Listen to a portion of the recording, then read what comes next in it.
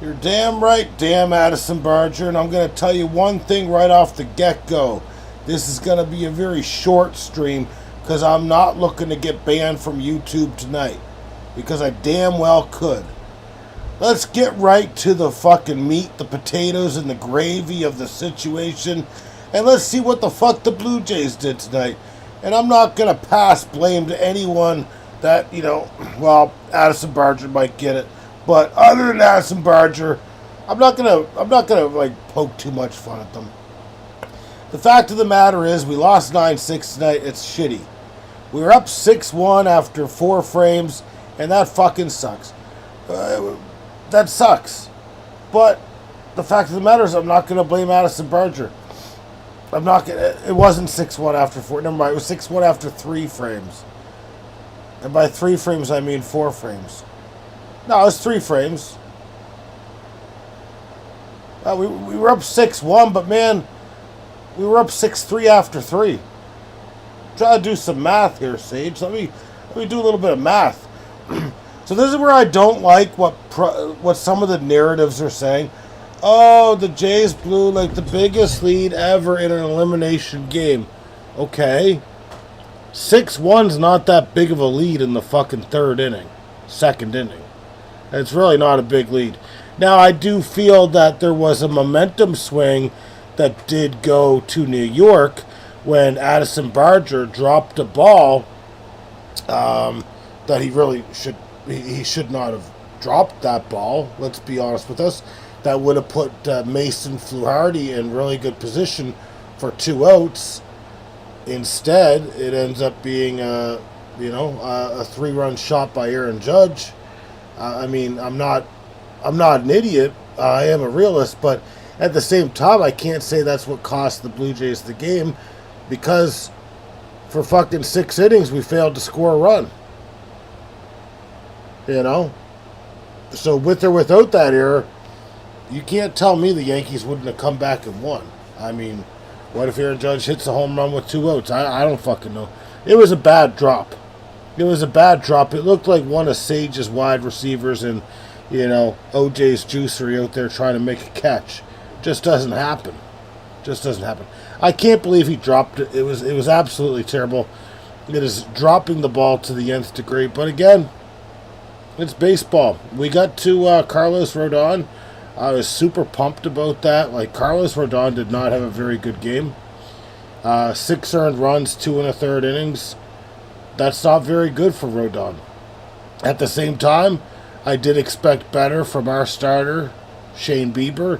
2 earned runs, 2 1/3 innings, 2 2/3 innings, and 3 runs allowed total. I really wanted him, worst case scenario, to get through 5 or 6. Now, our bullpen's not going to be taxed because no one went more than 1 1/3 inning. So we're not going to be taxed. Sage says he'll let it slide for tonight, and we're going to have to agree with Sage there. But it really did feel like the momentum turned on that play with Addison Barger fucking up, and then the home run, happening, an at-bat or 2 later. It sucks. It's baseball. I feel like the Yankees are the one that has the momentum right now, and I feel like they probably will win tomorrow with Cam Schittler on the mound. But, again, I've been saying this, like, the Yankees pitching matchups have favored them the entire time. We've been getting to the Yankees starting pitching. If you would have told me, before the series started that we would hit this much off of Rodon, Max Fried, and Gill to start the series, I'd say we swept. But unfortunately, Shane Bieber didn't get the job done. It's not necessarily his fault. I mean, do you guys not notice a bit of a trend in the playoffs? All these starters, not all of them, a lot of these starters are going very short innings. It's kind of pathetic. For one way or another, we're going a lot of short innings, and it fucking sucks. I want Roy Halladay. I want Chris Carpenter, and I love Lamp. But let's just quickly go through the box score, and let's get this game out of the way. Blue Jays, 9 hits on the night, 6 runs, only 2 walks. Schneider was 1 for 3 with a walk. Vladimir Guerrero was 2 for 4 with a home run. Wow, no one gives a fuck about your 2 RBIs and 2 hits and a home run now, Vlad, because you didn't win the game. Dalton Varsho 1 for 4 with 3 strikeouts. Ernie Clement 4 for 4. I mean, thanks, Ernie. We appreciate your service, but it wasn't enough. I like what Anthony Santander did tonight. 1 for 4 with 2 RBI. They were big RBIs as well. However, that Aaron Judge home run, I don't know. I don't want to talk about it. It's only going to make me mad. It's going to piss me the fuck off right now. That home run in the 4th inning off of fucking Varland, that changes things. It does change things. Well, let's move off that. Good work for the Yankees in getting a win. Also, good work to the Seattle Mariners in winning 8-4 against the Detroit Tigers.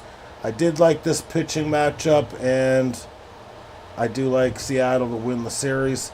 I'm not going to break down the box score other than the pitching. So Logan Gilbert was phenomenal. 7 strikeouts. He went 6 innings, only allowing 1 earned run, no walks, and a hit. Jack Flaherty, as I said, would be puzzling because he had 6 strikeouts in 3 1/3 inning. Good for him. But he allowed 3 earned runs in 3 1/3.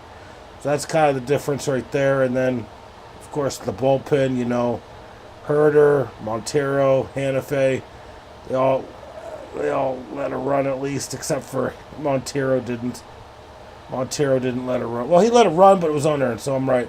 All right, let's move off that. Let's take a look at tomorrow's matchups and see who's going to win.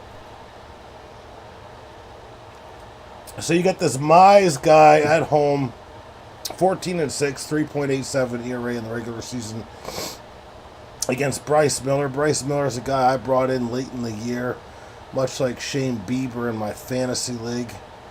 And he only had a 5.68 ERA coming off of Tommy John. I don't expect him to go 5 innings, Bryce Miller. I expect the Tigers will tie it up tomorrow. That's my bet there. You've got Milwaukee with Priester on the road up against Jamison Talon. Priester has a 3.32 ERA. Talon had a 3.68 ERA. Talon is much easier to hit. I'm going to say that the Brewers sweep on the road against the Cubs. And then tomorrow we've got our bullpen day with Eric Lauer. The Yankees will win with Cam Schittler is my prediction there. And then finally you've got the Dodgers up 2-0 against the Phillies with Yamamoto on the road against Aaron Nola, who I believe Aaron Nola was terrible this year. He's got a 6 ERA. I'm not really sure why Philly's penciling him in, unless it's kind of like a bullpen day. But I look for the Dodgers to sweep at home against Aaron Nola and the Philadelphia Phillies. But you never know. But their ace is up on the mound. That's our baseball news. In terms of hockey, I have no sweet fucking clue in terms of what went on. So, Sage, you're going to have to hit me up with what went on while we go over OJ's Juicery, and we'll just take a look at the standings in OJ's Juicery.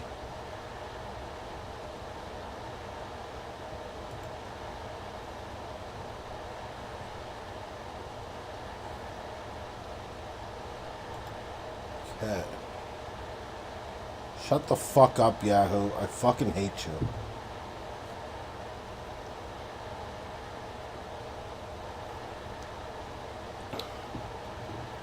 I've got a big match this week, but before I get into the matchups, Sage just says hockey was meh. No reason to go over that. The Panthers won versus the Blackhawks, and the Pittsburgh Penguins beat the Rangers. There you go. That's why you pay a premium for our hockey support here. Colorado Avalanche are up 3-0 on the LA Kings. And I'm going to say I don't give a shit. I don't give a shit right now. What's more important is the juicery. We got to keep that juice coming out. So, deflate these balls in first place with a 4-1 record. They do look like a juggernaut. They do look like the team to beat. However, you've got TDs in your face sitting in second place with a 3-2 record. Patchwork Pigskins, I guess, tied for second place with a 3-2 record. You've got Butt Fumble Safety, tied for second place, but in fourth place with a 3-2 record. And you've got Tommy Callahan's Auto Parts, tied for second place, but technically in a fifth place record. And I think Sage knows he's the weakest link here. Not that I'm picking on you, Sage. In sixth place, we've got Hard Count Annette at 2-3. And then in seventh place, you've got myself, fourth quarter Steven, 1-4. And Tim Tebow's Bible Club, 1-4. I'm sorry, I called it down the middle. I called it the way that it should be. I didn't insult you. I did not insult you, man. I was being respectful. I'm going to say this is my week. This week is my Addison Barger turning point to the season. If I drop the ball this week against the 6th seed, who is 2-3, you might as well consider me the Baltimore Ravens. You might as well consider me done. Done like dinner. Because that's what I would say to myself. And that's what I am saying to myself. We're projected to lose 256 to 244. We're certainly not excited about that prediction and score. But that's the way it is. So we've got an uphill battle this week. We got to take care of the cattle. We need to take care of business. You got Tommy Callahan's Auto Parts looking to move his way up the pecking order and move to 4-2. The fluky David Montgomery play might actually come back this year to fucking bite me in the ass. I can't believe that one play like that might actually have me up for the next 2 to 3 years wondering what could have been this year at the juicery. But we still keep on juicing. We're going to make you your booster juice and all that stuff here at OJ's Juicery. But we're not happy about what David Montgomery did in week 2. You should buy his jersey. You should have a little Shagville or a Shagwire jersey. The Shagwires. And you should have a picture of fucking David Montgomery's fucking face in the captain slot. That's what I'm saying right there. Anyways, Sage has to take care of business. He's projected to win 270 to 250 against Patchwork Pigskins. Deflate these balls up against Butt Fumble Safety. I do not think any of the rosters have been set yet, so these projections are dog shit. But Deflate These Balls is the only one projected for over 300 points at 306, whereas Butt Fumble Safety is projected for 241. And finally, you've got TDs in your face. Probably the second best team, I would agree. Projected for over 280 up against Tim Tebow's Bible Club. So, not that I would consider it a buy, but it's a nearby because Tim Tebow's Bible Club is worse than me. And I need to kind of hope that TDs in your face does take care of Tim Tebow's Bible Club. But, you know, Tim Tebow's Bible Club does have Jesus by his side, so the power of Jesus, right? The fucking power of Jesus. I said it would be a short stream, and I'm not fucking around. I'm going to go play Balatro, and I'm going to hope that, unlike last night, there's no DOS attacks while I'm playing and making me spooked right before bed. I was spooked right before bed, Sage. You know I was. When it said Otis Sync and all that shit, I thought I was losing all my Balatro progress after having a successful Balatro run. I was scared to the teat. To the teat! You DOSed me, man! Why would you do that to me, man? You don't get to fucking DOS me. I'll DOS you. Oh, man. It's not real 800. I leave that on sometimes when I'm sleeping. Sometimes, I'll have a couple too many, a couple too many whiskey sours, right? And then I'll fall asleep. But I'd say I've put 700 hours into that game legit. 650, 700. Because sometimes I'm watching sports too, and I gotta poke my head to the right, poke my head to the left, and I'm managing when I do that. I'm managing 2 games at that point. I'm seeing what's on the lowdown, and I'm taking care of business in Bellotro, and that's why you want to become a Bellotro god. I'll put out some tutorials out there for you, ladies and gentlemen. But I was scared. Sage does say, though, I've got a bone to pick with Yahoo. Shut up, cats. I swear to God, you guys will be dead in your fucking sleep. You make one more fucking sound hopper, you'll be fucking dead. Don't come near me. Don't try to run up against my leg when I threaten to kill you. Let's hear it, Sage.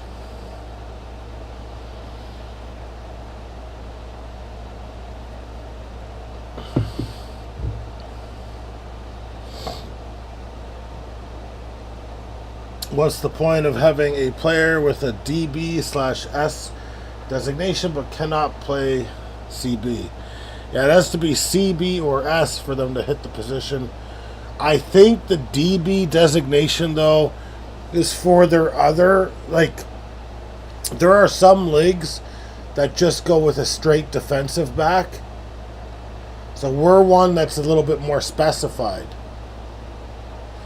I think it's something they have to put in. So I think they have to put DB in case it's like that type of league where it's like all DBs, right? 5 DBs instead of, I don't know if it'd be 5. I'd go with 4 DBs if I was having all DBs. But then we'd never have any cornerbacks in there. I think that's why. But yeah, for our league, it feels like they should just keep them as their straight position. CB or S. CBS, right? But yeah, I noticed that too. I was like, yeah, it's fucking dumb.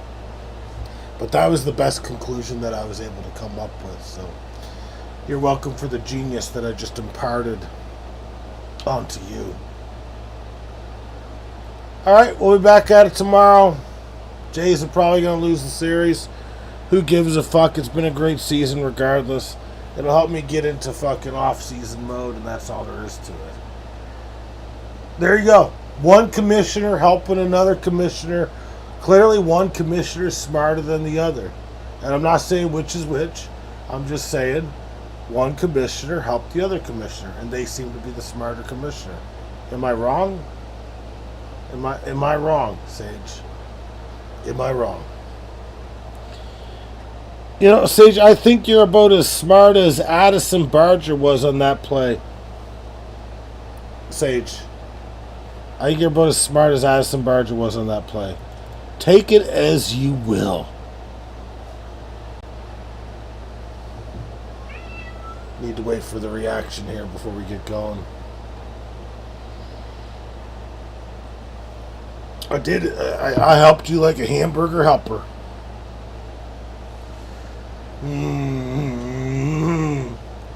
Alright, on that note, this is actually getting into slander and libel territory.